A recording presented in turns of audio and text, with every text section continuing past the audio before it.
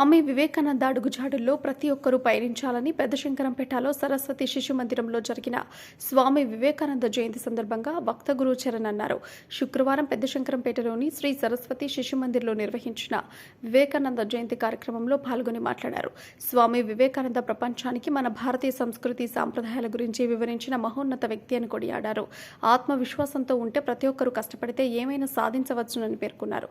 స్వామి వివేకానంద ఆయన జీవితంలో చేసిన పలు సంఘటనలను వివరించారు. ఈ కార్యక్రమంలో ఎంపీపీ జంగం శ్రీనివాస్, సర్పంచ్ అరుగుల సత్యనారాయణ, ప్రధానాచార్యులు వీరప్ప, మండల కాంగ్రెస్ పార్టీ అధ్యక్షులు రాయిని మధుసూదన్, జంగం రాఘవులు, జనార్దన్, క్రాంతిలాల్, జైహింద్ రెడ్డి, శ్రీనివాస్, సీతారామరావు, సతీష్ గౌడ్, సర్వేశ్వర్, మహంకాళి కృష్ణమూర్తి, నరసింహాచారి, శైలేష్ పూర్వ విద్యార్థులు, విద్యార్థిని అధిక సంఖ్యలో పాల్గొన్నారు.